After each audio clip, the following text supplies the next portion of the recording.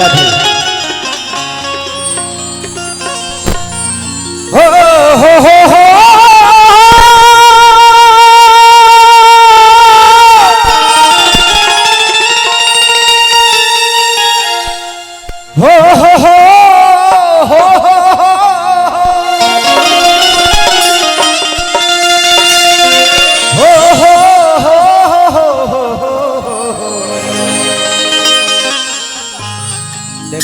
बांस निकला है, अंदर ले लेगा बांसवा। देखो देखो कहत नहीं हो गिरी गिरी एक नंबर मिस्त्री बा बाबू। LIC करा के चढ़ल बड़ी स्कारे। हाँ तो आधार कार्ड छोड़ दी हल्ले के मत यह ऊपर कि जय गणेश मंगल करना विघ्न हरो दंड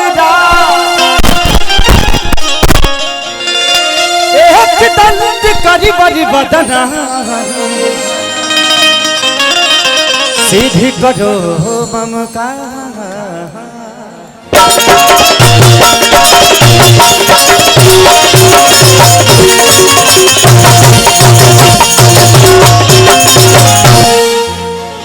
माँ के ज्योति से नूर मिलता है,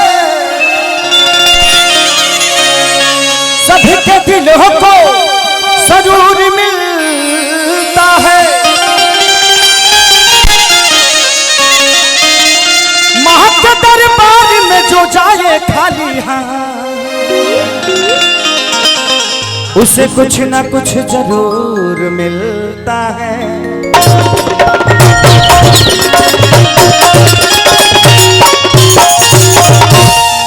प्रेम से बोली भीरगु बाबा की। वीरों की धरती, जवानों का देश, बागी बलिया उत्तर प्रदेश। यहाँ सिर्फ वीर पैदा होते हैं, जवान पैदा होते हैं। आज भानु भैया का प्यार पाकर भी बहुत प्यार लगा, आशीर्वाद मिला, दिल से थैंक यू पूरी टीम को। आइए को देवी भजन गाए। वैसे भी कलाकार बहुत बड़े, हमार बहुत प्यारा भाई दुगोइल बड़ंजा, अंकुश राजा, विजय चौहान, शिल्पी राज। तो आज कलाकार का महाउत्सव है। आप लोग तो है ही हैं, हम कलाकारों का भी महाउत्सव है। तो दिल से सारे कलाकारों को मेरे तरफ से भी प्रणाम है कि आप लोग अपना प्यार खेसारी को ऐसे ही देते रहिए। किस्सा चलता रहा कि भीड़ लागल बया पार तो पूजैया होता है राजा। एगो गाना हमारो शिल्पी के बड़ा हिट भइल रहा कि हमरा राजा के दू ताला पटबल खिड़की हवा झुरु झुरु लागे। यही लय में कहे के बा राजन भैया, तनी भैया साउंड वाला भैया तनी ढोलकवा के बढ़ा दी, तनी ढोलकवा रिदमवा पर दे दी तनी। भीम भाई ठीक हो गई है का भरले एड्स भर लगा तेरा एड्स भर लगा।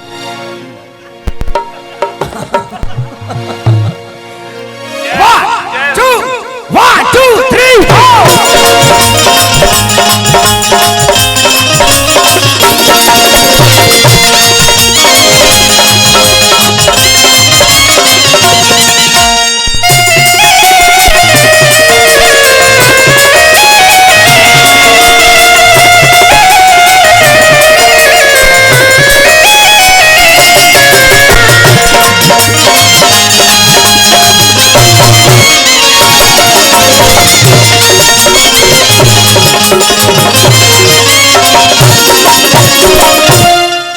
समस्या है ये पथवे जो है ना, थोड़ा सा खाली कर दे, नहीं तो दुल्हा दुल्हन हमारे आ नहीं पाएंगे। आज जिनके वजह से हम लोग यहाँ पे पधारे हैं, आप सबका आशीर्वाद लेने के लिए आए हैं, तो इस पथ को थोड़ा खाली कर दीजिएगा ना, तो दुल्हा दुल्हन को आने का हो जाएगा। पथवे बना है उसको थोड़ा खाली कर दीजिए, जो पथवे बना है उसको खाली कर दीजिए, नहीं तो जब तक वो आएंगे नहीं कार्यक्रम बंद रहेगा। खेसारी लाल चाहे कोई भी क्या करेगा, जिनके लिए कार्यक्रम आप सबके लिए हुआ है, लेकिन उनका भी रहना जरूरी है। वो भी खेसरिया को देखना चाहते हैं, ऐसा थोड़ी है कि सोचता रबार बाबे भक्ति के लहार तप जैया होता है राजा तो सजलदार बार अरे सजलदार बार भक्ति के बनहार तप जैया होता है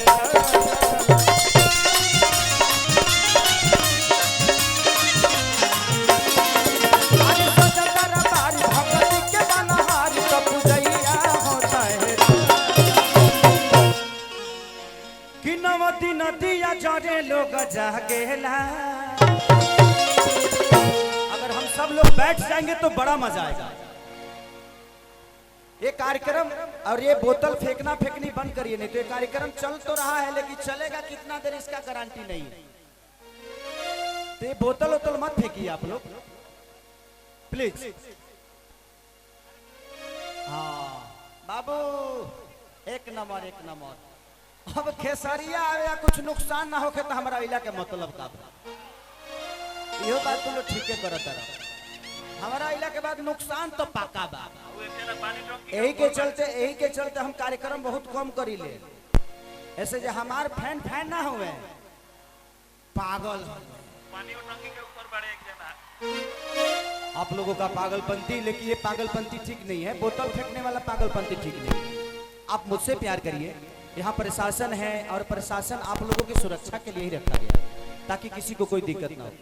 और ये पथ को खाली प्लीज कर दीजिए। आह दादा हो टंकिया पका दो एलियन खड़ा बना सका हो बाबू तो निकल लौकता रे ओइ जैसे हाथ उठौले बड़े टंकी पर तो बड़ा सा कुछ करिया समा तू पानी सप्लाई होला।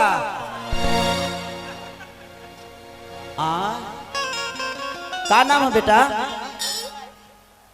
क्या नाम है? तो ते नाम ना बतेबे तो तोरा माई लगे के ना पहुंचाए। भाई देखिए कोई आदमी है फिल्म रिलीज करके रोड पे छोड़ दिया है। प्लीज आप अपना पोस्टर संभालिए। रुक जो है जी रख तोरा माई के रोक रोक सर।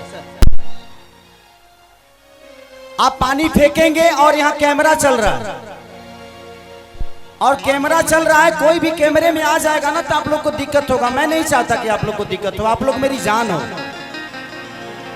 प्लीज बोतल वोतल मत फेंका करिए। भाई ये जिसकी भी बेटी है भैया प्लीज आप अपने बेटी को स्टेज से लेके जाइए। बेटा चिंता मत कर, तोर बाबूजी तोर भाई ले के चक्कर में पड़े हैं। ते बहुत डिस्टर्ब करत हो के से तोरा कहना छोड़ के निकलल बड़े काम पर तहार ही हो। हाँ हो जी जो तोर मौसा बोला होता जो हो जी बाबू मौसा लगे मौसा नया मौसा ही बड़े तोर तो पानी पियोत रहो कि नवती नदिया चरे लोग जागेला। कमाई के लागल बारे निमिया पछुलवा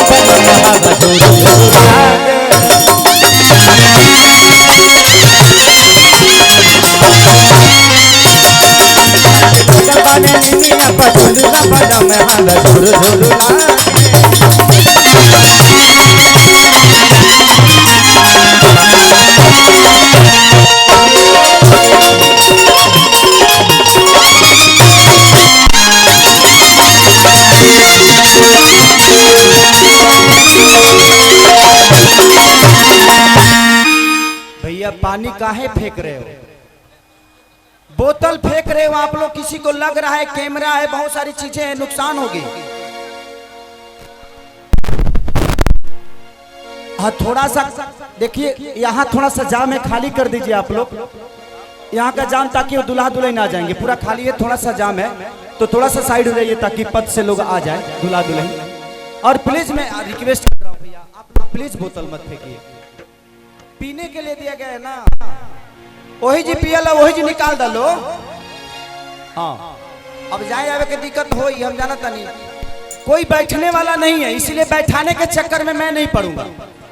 ए मैं केहू बैठे वाला नहीं के हमार अच्छा के हमार हित लगेला जो हमार बात मान जाई।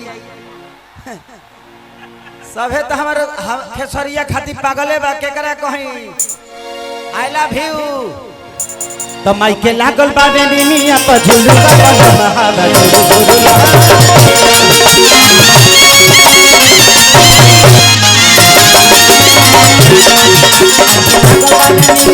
झुलुआ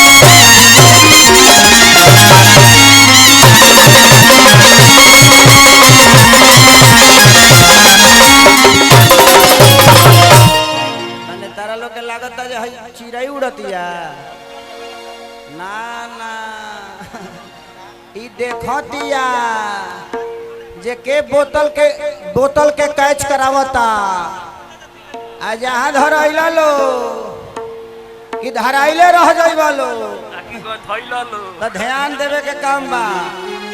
आज आप लोगों को देखिए सबसे बड़ी चीज कि अगर हम कुछ गलत करते हैं ना तो हम अपने राज्य के, अपने मिट्टी को, अपने लोगों को साथ गलत करते हैं। आज प्रशासन इतना लगा हुआ है, आप सबके सुरक्षा के लिए लगा है। अगर हम कुछ गलत करेंगे तो ये प्रशासन का, ये समाज का अनादर होगा। नहीं खे सुनात ए भाई, वो लोग के सुनात नहीं खे का कही हो तनी हे साउंडवन में बढ़ा दो, हे साउंडवन में। हाँ एमे बढ़ल बा तब जौन ऊंचा बा ओमे बढ़ावा, जौन ऊंच बा तनी नहीं खे सुनाते से बोतल फेंकत ना हो। हाँ ना ना ठीक बा, तो खेसरिया के देख लेलन ओके। तू लोग जिंदा खेसरिया के देख ले लो। औरतिया कहतिया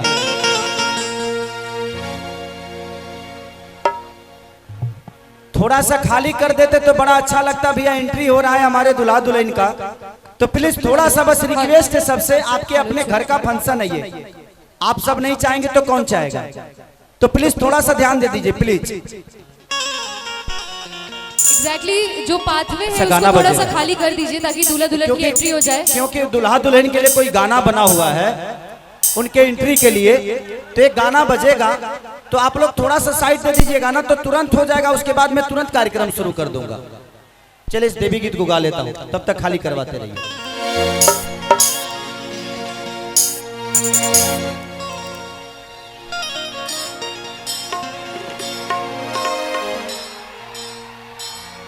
कि माई रौर दाया होई इहे बाटे आसारा, पूजा करे खातिर आइल बानी बलियारा सारा। कि माई तोहरी दाया होई इहे बाटे आसारा, पूजा करे खातिर आइल बानी बलियारा सारा।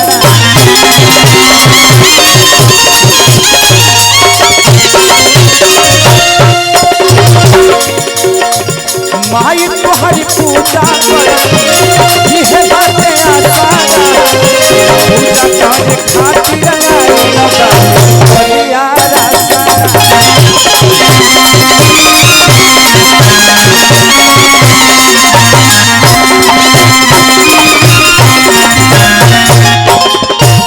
वाह वाह, कि दर्शन पाके तो भगिया जागेला। थोड़ा सा साइड दे दीजिए ताकि नहीं तो जितना उधर लेट होगा उतना कार्यक्रम में भी लेट होगा। तो माई के लागल बावे निमिया पझुलुआ बन महार झुलुआ गे।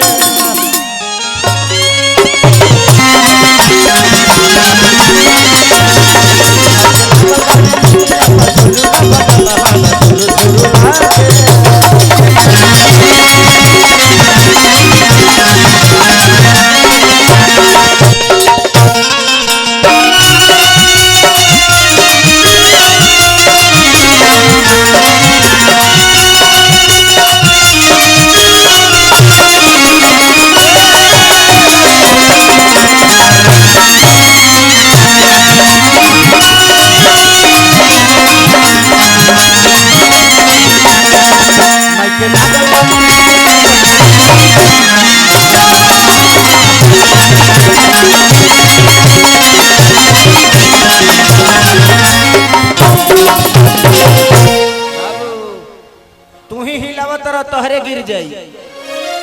दहिया दहिया